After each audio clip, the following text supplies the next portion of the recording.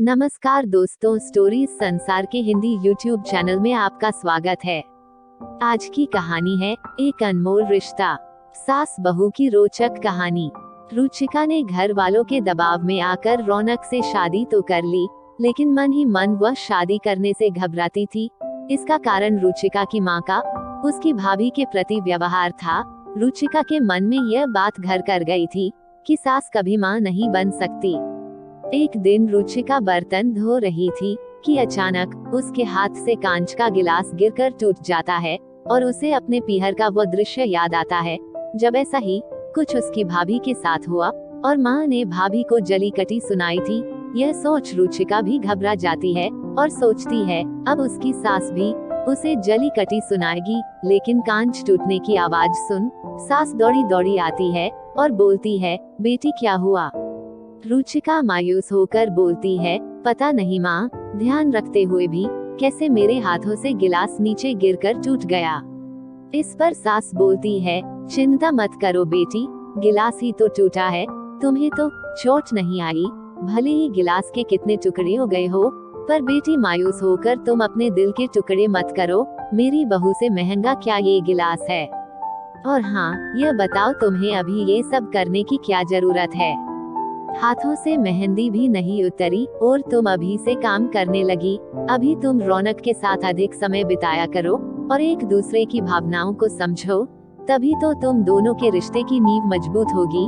सास अपनी बेटी ज्योत्सना को आवाज लगाकर कहती है, कुछ काम धाम सीख लो, ससुराल में काम आएगा। आज से दिन के सारे बर्तन तुम साफ करोगी। सास के शब्द मानो अमृत बोल थे। जो रुचिका के मन में अपनी सास के प्रति जो भय था, आज वो प्रेम में बदल चुका था और रुचिका ने दिल से उन्हें माँ मान लिया था। रुचिका भावुक होकर बोलती हैं, मैंने एक माँ छोड़ी तो दूसरी नई माँ पाई, बल्कि आप मेरी माँ से भी ज्यादा ममता मेरे लिए रखती है। यदि घर में गिलास टूट जाता तो मेरी माँ भी मुझे दो बात कहे बिना नहीं रह पाती। आधी रात को रुचिका की नींद अचानक खुल जाती है और वह शाम की घटना याद कर स्वयं को कसूरवार मानती है, क्योंकि अपनी सास के प्रति जो सोच वह रखती थी, उससे विपरीत सास का व्यवहार पाया। उसकी यह बेचैनी देख रौनक उठ जाता है और पूछता है, क्या हुआ? तुम सो क्यों नहीं रही? कुछ नहीं कहकर रुचिका लेट जाती है, लेकिन सारी रात उसे अपनी भाभी का दृश्य याद आता रहता है। भाभी के हाथों से मेहंदी का रंग भी नहीं उतरा था और माँ ने भाभी पर घर के काम की पूरी जिम्मेदारी डालकर भाभी को घर के अनुकूल होने का जरा भी समय नहीं दिया। भाभी को भैया के साथ ज्यादा समय भी व्यतीत करने नहीं दिया। समय के साथ भाभी में चिड़चिड़ापन आ गया और फिर घर में रोज छोटी छोटी बातों पर झगड़ा होने लगा। माँ हमेशा भाभी के मायके वालों को कोसती रहती। एक दिन रोज की चिक चिक से तंग आकर भैया ने माँ से अलग होने का कठोर फैसला लिया, जबकि सबसे ज्यादा प्यार भैया ही माँ को करते थे।